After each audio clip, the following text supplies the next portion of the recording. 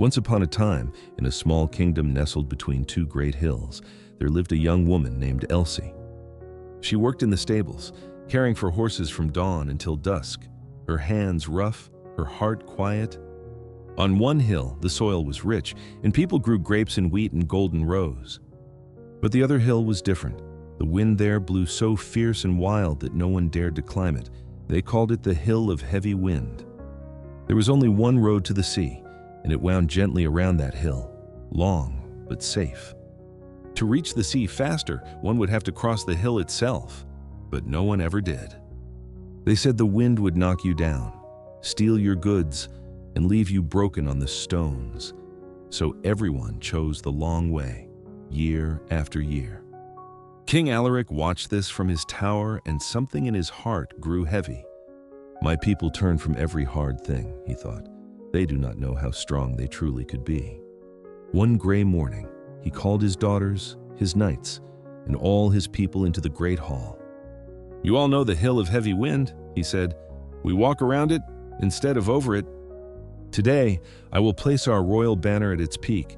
Whoever brings it down before the sun sets will win gold, land, and my trust." His eldest daughter, Princess Isolde, stepped forward first, strong and certain of victory. His second daughter, Princess Wren, only smiled.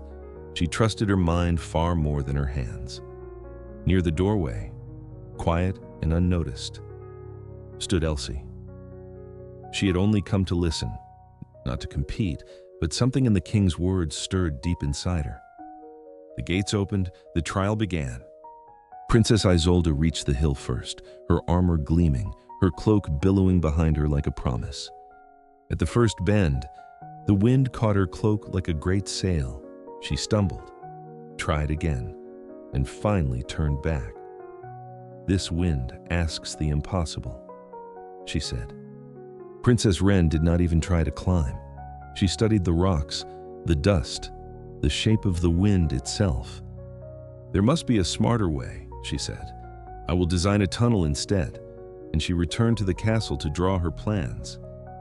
Two knights tried together, shields raised high, but the wind broke their line again and again, and soon they too walked away, breathless and defeated. A pair of merchants took a few steps up the slope, felt the wind tug at their sleeves, and decided the prize was not worth the risk. The sun rose higher, and the hillside remained empty. No one had reached even the middle. Elsie's heart pounded in her chest. Quietly, she stepped toward the king. "Your Majesty, may a stable girl try?" The hall fell silent. Some of the knights smiled in a cruel way. "A stable girl? She will be tossed like a leaf," one of them whispered. But the king looked into Elsie's eyes, and there he saw fear, but also something else, a small, steady flame. "Yes," he said softly, "go.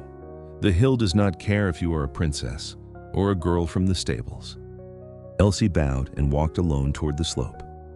The first gust nearly swept her off her feet. Her eyes watered, her legs trembled. She remembered every day she had taken the long road, tired and small, never once trying the hard way. "Maybe I am tired," she thought, "because I always choose to go around." She wrapped her cloak tight and tied a rope around her waist, fastening the other end to a heavy stone near the first turn. "If I fall," she told herself, "I will not fall far. I will simply stand again."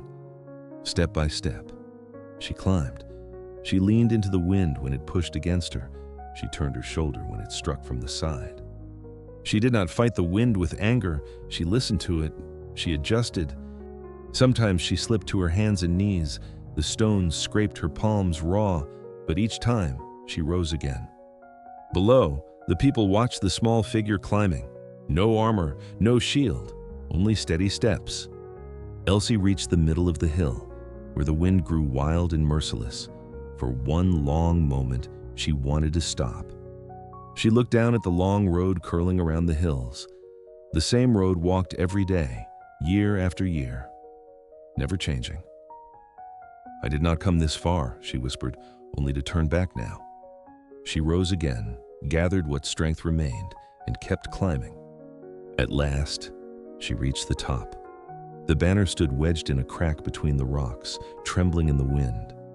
She crawled forward and grasped it tightly in her shaking hands. She did not celebrate. She simply breathed and began her way down. Now the wind felt different beneath her. She understood its rhythm. It no longer frightened her. When she reached the bottom, the crowd fell silent, and then the cheers rose like a wave. King Alaric stepped forward and gently took the banner from her hands. "Today," he said, "a girl from the stables climbed what princesses and knights would not face." "Tell us," he asked kindly, "what did you learn up there?" Elsie answered quietly. "At the bottom, the wind felt too strong, but the higher I climbed, the more I understood how it moved. The hill never changed. The wind never changed. I changed." The king nodded slowly. "Remember this," he said to all who stood there. "Our hardest hills are not sent to stop us. They are sent to shape us."